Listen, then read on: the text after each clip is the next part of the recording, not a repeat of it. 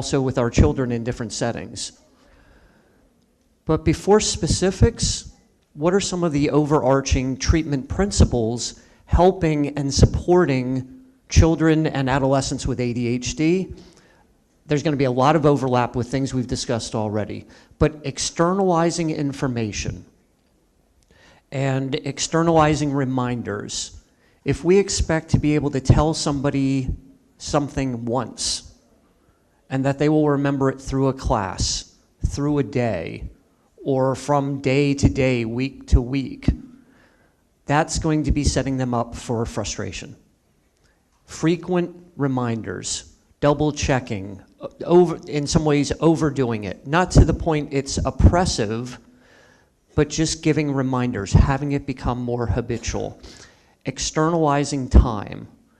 And I would say, as wonderful as an invention as this is, it'll sound weird, but we don't use it enough when it comes to keeping track of time, as opposed to available timepiece, a clock, seeing time. Because the sense of how much time has passed, how much is left, that is very inconsistent in terms of the judgment of students with ADHD. Breaking down tasks into small steps. These are things we all know. And again, this goes back to it's not a knowledge deficit. But I like the metaphor of the breaking down tasks. It's like writing a recipe. What are the different steps? I remember an advertisement in, I think it was the magazine of the American Psychological Association, and it broke down the steps of making a peanut butter and jelly sandwich. And it was like 40 steps. And that sort of way to analyze and break down tasks day to day, maybe not 40 steps for everything, but thinking through how can we help, how can we support students moving from step to step? And externalizing motivations and rewards and delivering them in the moment, within 7 to 10 seconds. Longer than that, it's losing its connection. If we wait till the end of the day, the end of the class, it's not being tied in with the specific behaviors that we're trying to positively reinforce, incentivize. Planned frequent breaks. The planning is important, and this is where the teachers and the parents come into play. It's not just having them. It's also the student being able to see them coming up, and that helps them calibrate or pace themselves. So I would imagine many people who are coming here today, maybe taking a day off from work, you are looking ahead in the calendar saying, 4 more days till the conference, 3 more, 2 more, then it's the weekend. I can come here. And that helped you pace throughout the day, having the plan breaks so students know, hold on for 15 more minutes. At the end of this lesson, I get 10 minutes. I get 3 minutes of meditation. It's almost like driving. Let me get to the next exit. Let me get to the next exit. That's the function that breaking these tasks down serves for the students.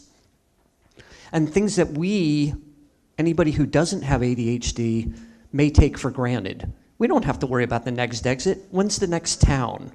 When's the next 30-kilometer marker? But individuals with ADHD benefit from the smaller steps. Externalizing thinking and problem solving, including plans, schedules, and the order of activities. The point of performance was mentioned before. In the classroom, even as clinicians or educators who you might have a meeting with a student, having the plan for how it will be implemented out there in the real world, in the classroom, and this might be coordination between teachers and parents, understanding the executive functioning domains, and replenishing self-regulation resources, all the things you've heard before. I want to say a word about the glucose-rich beverages. These are things like Gatorade or the sports drinks, not energy drinks, but the sports drinks. Some of the neuroimaging studies of ADHD, and you see these bright pictures of different regions of the brain lighting up. In many of these studies, that's glucose being metabolized. That's what, in a way, burns when the brain is working. It's like the lactic acid of the brain, as you would feel in your muscles when you're exercising. Thinking is hard work. In fact, some of the research on self-control, willpower, what they will do is having control groups, and these aren't even ADHD studies. They will have participants do difficult math equations for like 15 minutes, 30 minutes. It's almost like a mental treadmill. And then they'll look at making decisions and finding after you get depleted, you're more impulsive in your decision making. And even in difficult work, like one study looked at in US prisons, prisoners will be up for parole or probation. So they go in front of the parole board. You want to go in front of the board first thing in the morning or right after lunch, when the executive functions for decision making are at their fullest, a full tank. That's a very difficult job, making very potentially controversial decisions. The more people you go through, the more you get depleted, you're going to be more likely just to make a rash decision because you're tired, you're hungry, you get depleted. And in a way, ADHD, they burn through those resources quicker, so they have to be replenished. This is understanding, probably people here in the room understand this, but this is something we want to take out to other settings. ADHD is not a condition of choice or choosing to do something. It's intrinsic to how they view, how people with ADHD view the world. Similar to if you have vision problems or just nearsightedness, farsightedness, you really don't know that until you stand 20 feet away from an eye chart and you're compared with how do you see the letters in comparison with how everybody else sees them. Do I have 20/20 vision, 20/50, 50/20? I don't know which ones are good or bad, but that's how you have the reference point. And that's how ADHD and the executive functions are, usually in school or these other places where there are demands on the executive functions. It's not categorical like pregnancy or diabetes, and there's probably even some nuances with diabetes. So there's a range, there's that continuum of effects. I've said before, it's a quantitative difference, a matter of degree, and not qualitative. Everybody will be familiar, we all have executive functions. But individuals with ADHD, there's that chronic delay. And it very often becomes evident in childhood. Even if people aren't diagnosed till adulthood, when looking back, they can pretty much tell it took me longer than it took everybody else to do the same amount of work. One of my colleagues entitles his lecture on ADHD, "Twice as hard for half as much." And that really captures a lot of the experience people have. It's not that I wasn't working, I was working inefficiently. It took me longer, and then that makes it harder. Pervasive and persistent across settings. It's not just one class or one test or one teacher. It's across different settings. I've even worked with athletes who will describe difficulties in their passion. An American football player in high school or college, when the players break the huddle for the play, says, by the time I was told to play to the time I line up, I forgot. And then I'm lost, and I mess up the team. Where are you going to be more likely to see ADHD be more apparent? Boring, uninteresting settings. And I heard a description once, in a lot of our life, we can encounter a building, objects that are no more than 20, 30 years old. But if you look in a classroom, it'll look very similar to over 100 years ago. A lecturer standing up, sort of exactly what's happening here. If I feel tired, I would like to sit on a chair and have you guys stand on the stage and I'll talk to you from there. But that's a different, we're not used to that. delayed consequences, infrequent feedback, having to wait for the payoff. It's coming, it's coming, it's coming. Well, by then, you're drifting away. Lack of supervision, being around groups of other children, and not necessarily poor behavior, just distraction. There's other things. There's somebody to talk to, somebody to play with. Also, highly familiar settings or individuals. This is why sometimes one parent, at least in a household, may have a different experience from the other parent, the one who interacts with the child more. The parent who's not around as much for work or other reasons, they're more novel, at least for the time being. Lecturing isn't going to help. Describing why you should raise your hand and wait to be called on, or how you need to organize yourself better, or deal with procrastination by starting earlier. Again, not a lack of knowledge, it's an implementation problem.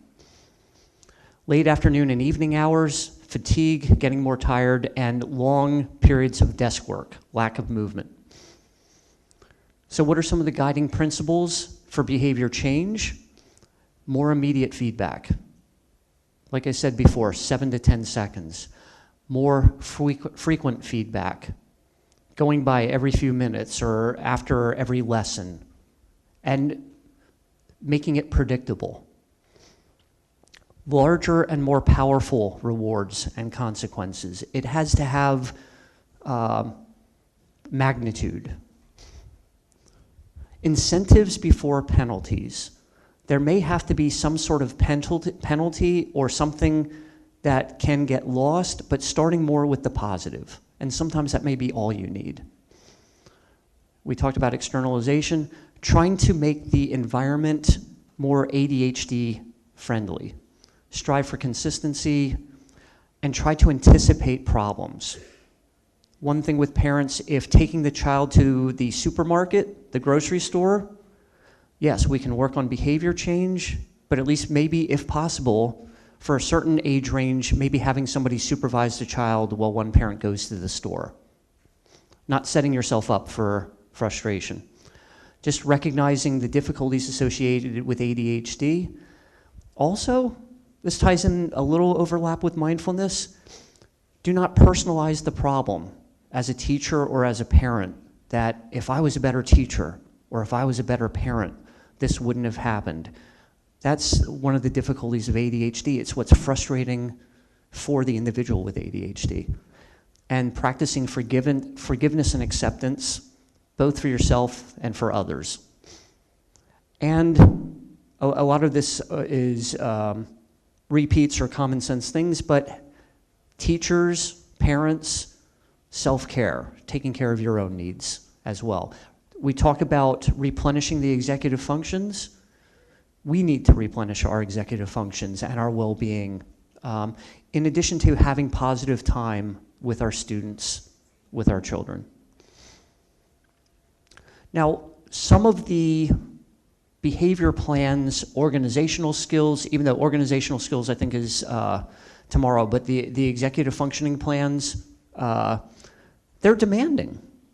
Setting things up, breaking down tasks into component steps, spending time planning out a day, setting it up so it's visual, that takes some added work.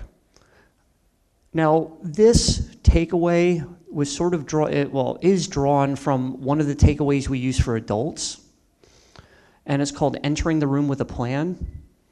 And what it comes from is adults who would describe, I'm at home, I'm working, I go downstairs to get a flash drive out of my bag that I need for my job, and then I see that the mail has arrived, or there's a voicemail on the phone, or I check my phone and I see some email. So I respond to the email, I pay the bills, start thinking about what I want for lunch, and then an hour goes by and I realize I still have the flash drive in my pocket. I never got back upstairs. So how do we stay on track?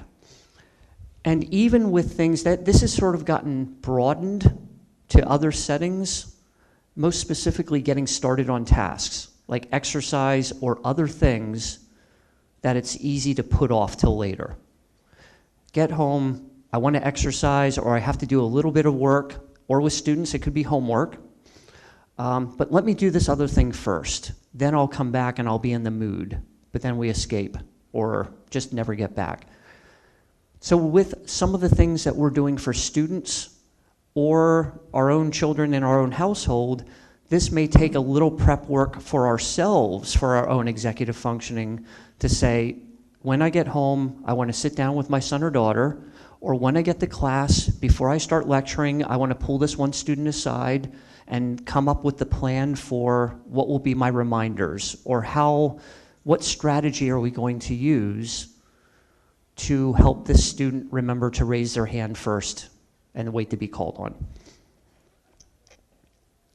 And having plans for handling the predictable situations. Transitions are usually a big one.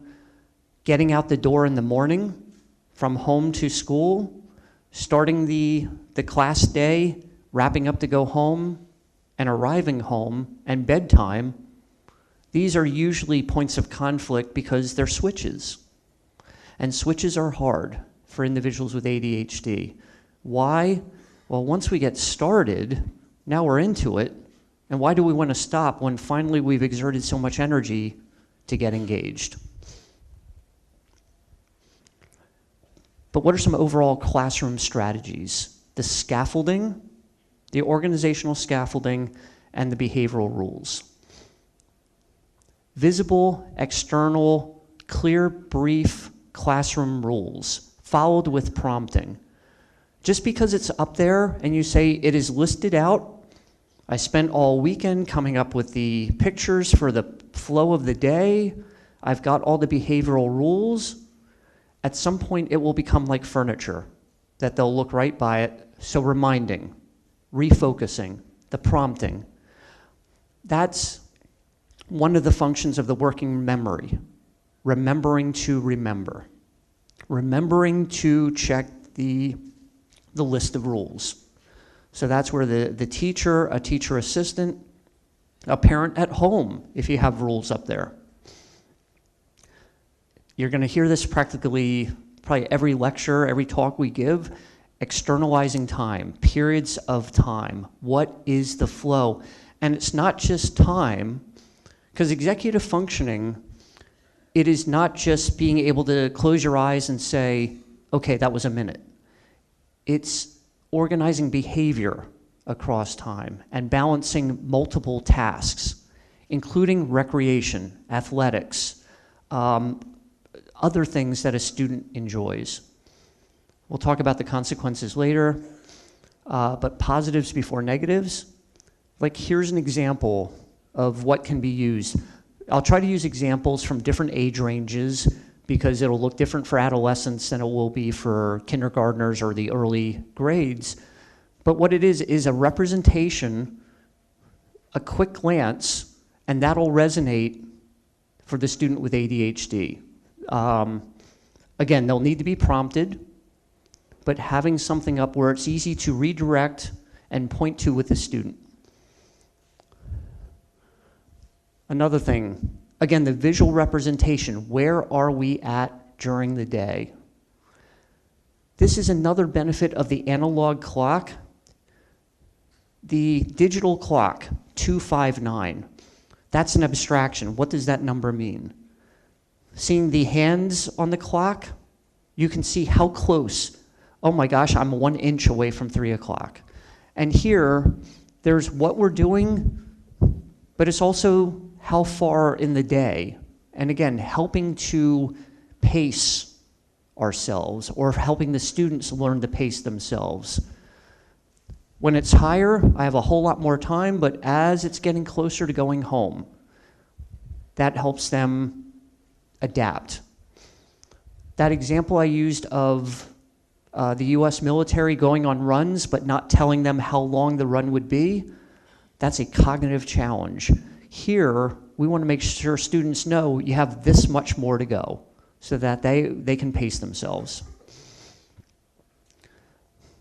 Rewards may have to be rotated more frequently, and obviously there's going to be different rewards for a teenager than an 8-year-old.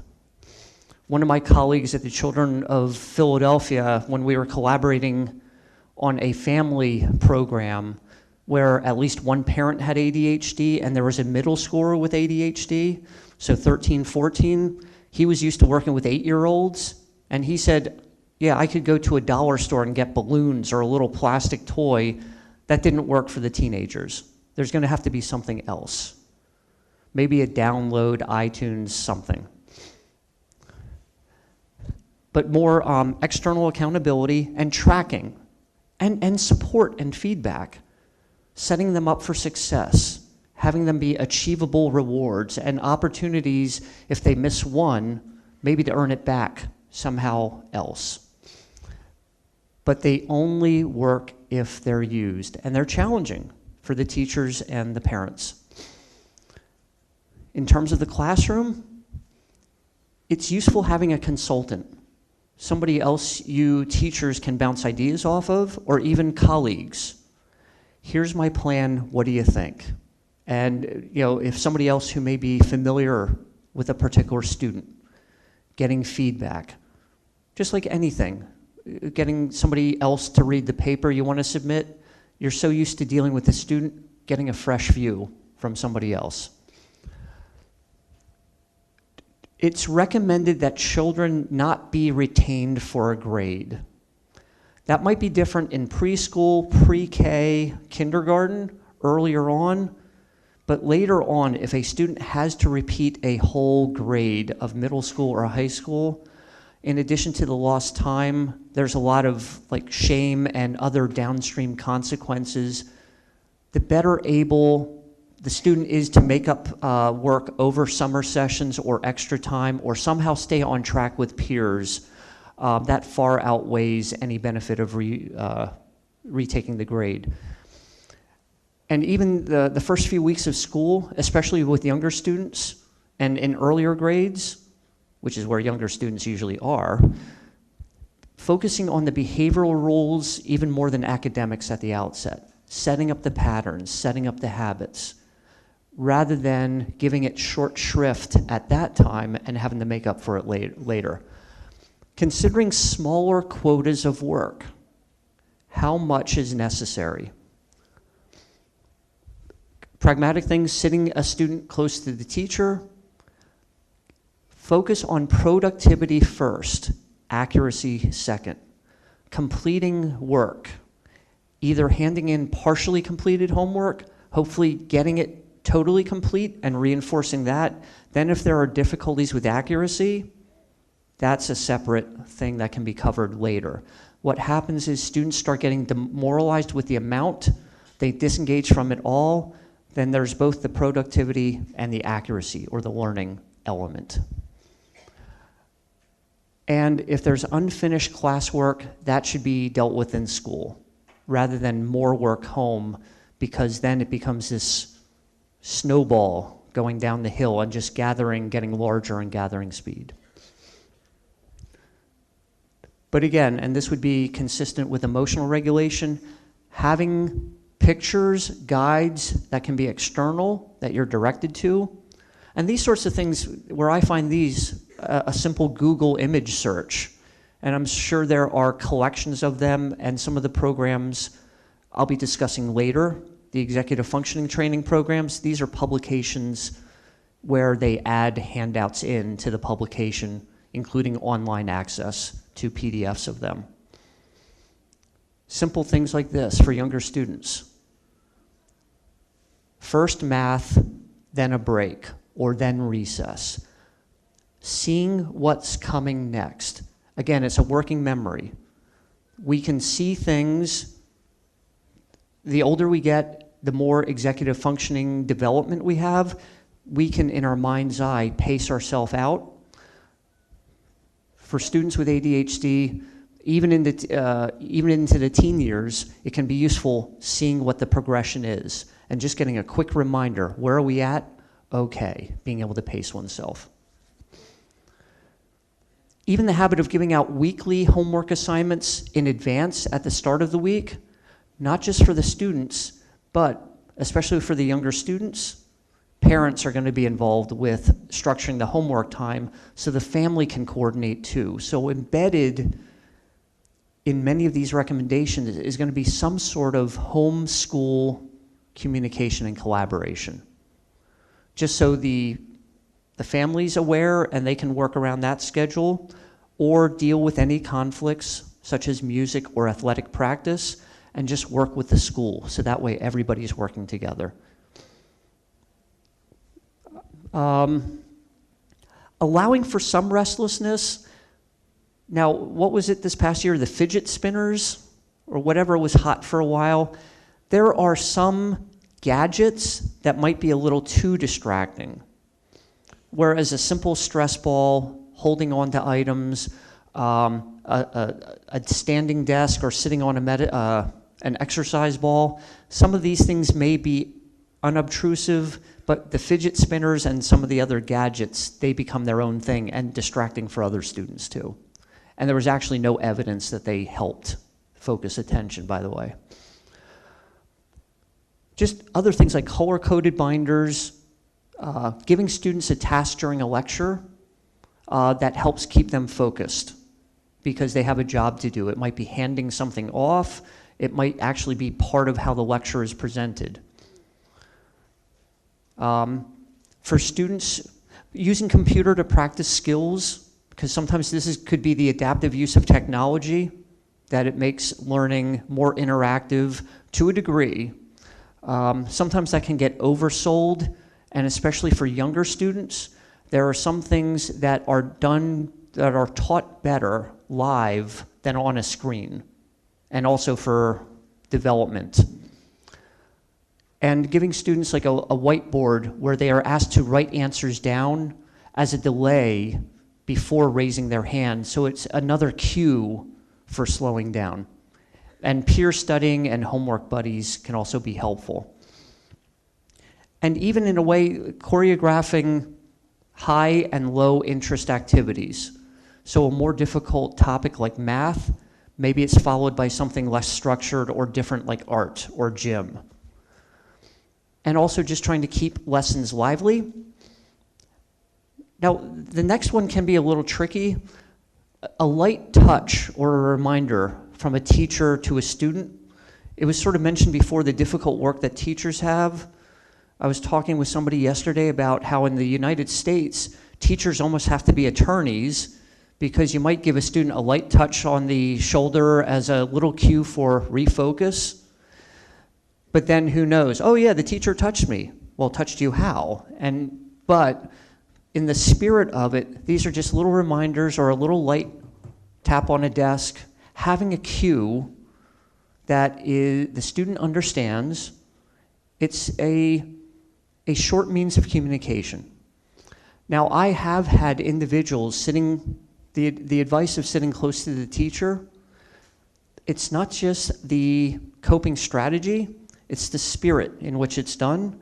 Because I had one person as an adult, and he still remembered this, said, yes, in 4th grade, the teacher sat me next to her, which was fine, but then announced to the class, this is why Jim has to sit next to me, because he can't pay attention like everybody else. So it wasn't an adaptive, helpful strategy. It actually became a very shaming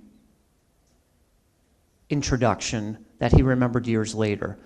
But most teachers, I think, keep in the spirit of, this is a way just to put a hand on the desk, a little whispered reminder, sort of code for added support. And just